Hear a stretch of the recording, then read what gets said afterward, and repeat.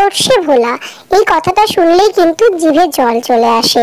আর এই সর্ষে ভোলা কিভাবে রান্না করতে হবে সেই রেসিপিটা নিয়েই কিন্তু চলে এসেছি আজকে। ভালো করে ধুয়ে মাছগুলো নুন হলুদ মাখিয়ে বেশ সুন্দরভাবে কিন্তু লাল লাল করে তেলে ভেজে নিতে হবে প্রথমেই। আর ভালো করে ভাজলে কিন্তু মাছগুলো ভাঙবে না।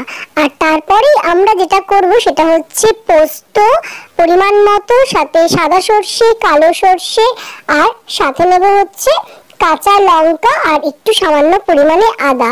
প্রথমে সর্ষে, পোস্ত আর কাঁচা লঙ্কা আদাটাকে আমরা ভালো করে মিক্স করে নেব। আর সাথে কিন্তু মাছগুলো কিন্তু সুন্দর করে ভেজে তুলে নিতে হবে অবশ্যই, কিন্তু দেখে নিতে হবে যেন মাছগুলো না ভাঙে। তাই আস্তে আস্তে করে কিন্তু সুন্দরভাবে ভেজে তুলে নিতে হবে। আর এদিকে আছে আমাদের বেগুন আর আলু কাটা হয়ে গেছে। ওই মাছ ভাজার তেলেই কিন্তু আমরা আলু বেগুনটা ছেড়ে দেব। আর একটু সামান্য ভাজা ভাজা হয়ে গেলে আমরা কিন্তু নাড়িয়ে চাড়িয়ে এর মধ্যে দিয়ে দেব হচ্ছে যে পেস্টটা আমরা করেছিলাম মিক্সচারে, যে সর্ষের পেস্টটা, সেটা কিন্তু আমরা দিয়ে দেব হচ্ছে এই আলু বেগুন কাঁচা লঙ্কার মধ্যে।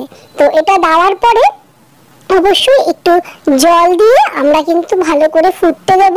আর তার মধ্যে আমরা দিয়ে দেব হচ্ছে পরিমাণ মতো হলুদ এবং সামান্য পরিমাণে দেব হচ্ছে একটু চিনি আর নুন। হ্যাঁ, অবশ্যই চিনিটা তোমাদের স্বাদ মতো, অনেকে দিতেও পারো নাও দিতে পারো। আমরা কিন্তু সামান্য একটু চিনি দেব। নুন ঝাল মিষ্টি সব পরিমাণ মতো হলেই কিন্তু রান্নার গুণটা আর টেস্টটা আসল আসে। দেখো সুন্দর কিন্তু আমাদের এই সর্ষে পোস্তটা কিন্তু বেশ ভালোভাবে ফুটে গেছে। তারপরে আমরা এই গোটা গোটা বেশ সুন্দর ভেজে রাখা মাছগুলো কিন্তু হালকা করে দিয়ে দেবো হচ্ছে এই সর্ষের মধ্যে।